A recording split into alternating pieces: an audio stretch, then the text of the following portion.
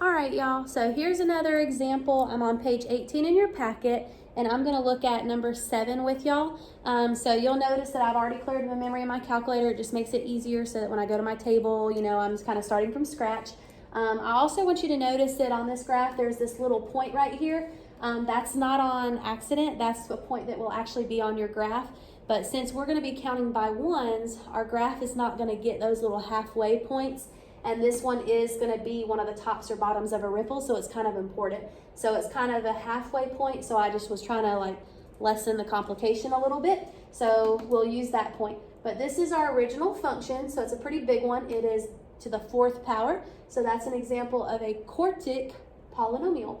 All right, so I cleared my memory. So again, we're going to hit the table button, and then we're going to enter this function in our calculator. So I'm going to have x, which is next to the 4, raised to the 4th power, bump off, minus, so subtraction, 14x raised to the 3rd, plus 69, oops, see, I already messed up because what did I forget to do? I forgot to bump off, so I'm going to delete that, and I'm going to remember to bump off because that's important. So plus 69x squared minus 140x plus 100, all right? I'm going to hit enter. And I can start at 0. It doesn't go too far over here, so I'm just going to go ahead and let it be at 0, and I can just scroll. So I'm just going to keep it there, and I'm going to hit OK. Now, 0, 100. Can I graph 0, 100? No. But I do know that it's like way up there somewhere, right? 116. Can I graph that? No. But that's something way up there. But I can plot 2, 0. So I'm going to go ahead and plot 2, 0. And because I'm going to have to know the direction on this left side, because that goes to 16, I'm going to go ahead and put an arrow because I know that it's somewhere up there, all right? That will at least help me with the direction and end behavior of my graph. So I can scroll down. I can plot 3, 4. That's right here. 4, 4. 5, 0. And then 6, 16, well, again, that's going way up here somewhere, right? So I don't really know where it is. So you'll see how this point right here, it was not there, right? Okay, we would have had just this. Well, what you cannot do, okay, is when we're graphing, you wouldn't go just straight across. Like you'd have to know it was a curve. So based on these points right here, I'd have to know that it went up somewhere, but how do I know how high it goes up, right? I mean, it might have done this. I mean, who knows what it's going to do, right? So we would have to have that extra point that's in the middle. So if you needed to find that on your own, all right, then we could use that Ask X feature because we know that this is kind of halfway between those 2 points, right? And that would be 1, 2, 3 and a half. So X would be 3 and a half. So I'm going to show you this, and this may kind of throw some of y'all off a little bit, but I'm going to always give you that little extra point just in case, but I want to show some of y'all that want to know how to do it yourself, how to do it. So X would be 3.5.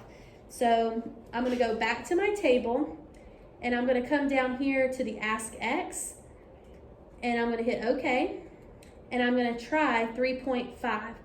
And notice it gave me a crazy fraction, like right? All right, so what we can do is we can arrow up and over. See how I've highlighted that?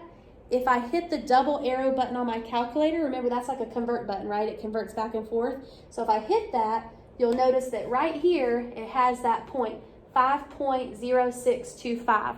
So for the purpose of what we're doing, I'm gonna estimate that and just say 5, all right? I know it's a tiny bit more, but it's not enough to really impact our graph.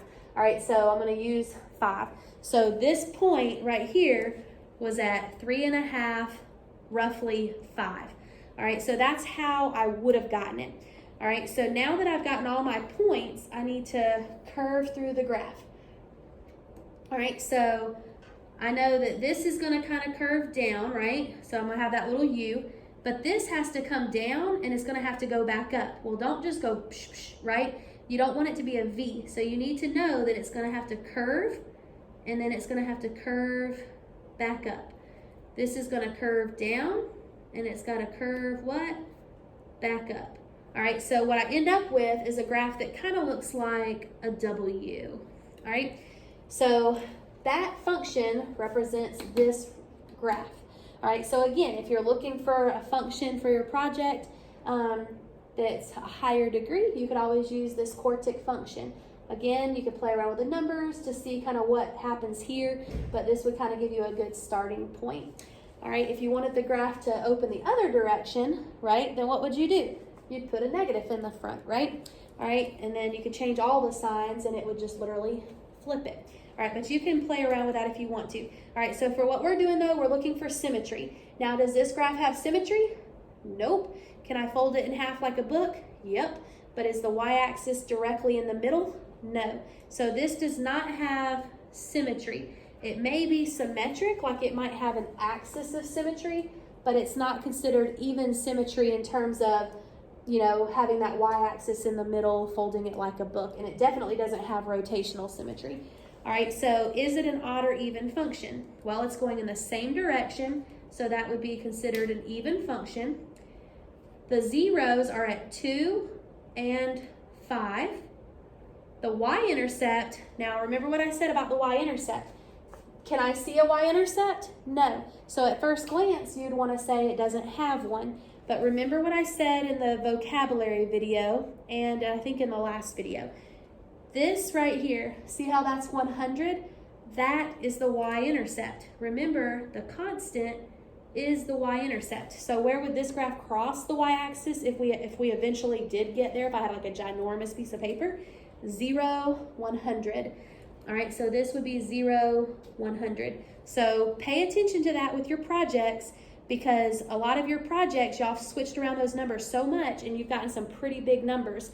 And on your picture, you'll never see it, but it really does exist. All right, so it is the constant. So the relative maximum is just the top of a ripple, and that we said was 3.5, 5. Remember, we were kind of estimating that, right? An absolute minimum, this graph really has two of them. It's at 2, 0 and 5, 0, because those are the bottoms of my ripples. The domain would be negative to positive infinity, because again, my graph goes forever left and forever right. The range, how low can my graph go? Well, how low can it go? What is that y value? 0. So how low can it go? 0 to infinity. It is a bracket because it is inclusive, all right? And then we get to the interval of increase and decrease. So we're always going negative to positive infinity, but where are my turning points? I have a turning point here, the x value is 2. I have a turning point here, the x value is 5. I have a turning point here, what's the x value? 3.5. All right, so that's harder to see because it's little.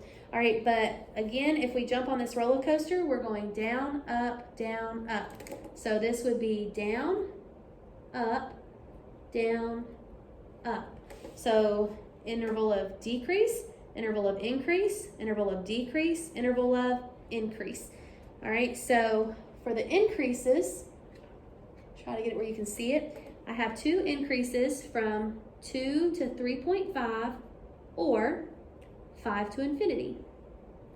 I have a decrease from negative infinity to 2 or 3.5 to 5. So those are my intervals of decrease and my interval of increase.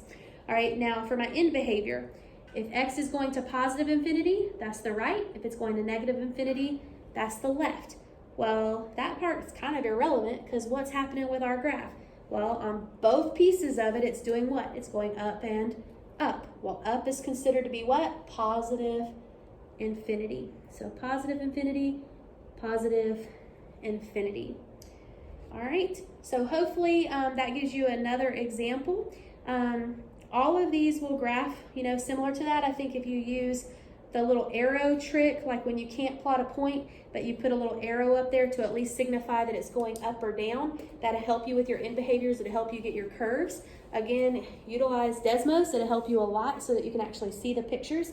But your assignment is, again, to finish page 17 and 18. So make sure that you're practicing all those characteristics. Make sure that if you have questions that you are actually asking me. Send me an email, send me a message through Remind, whatever you got to do. But send me a message and also chime into our Google meets when we have those if you need to.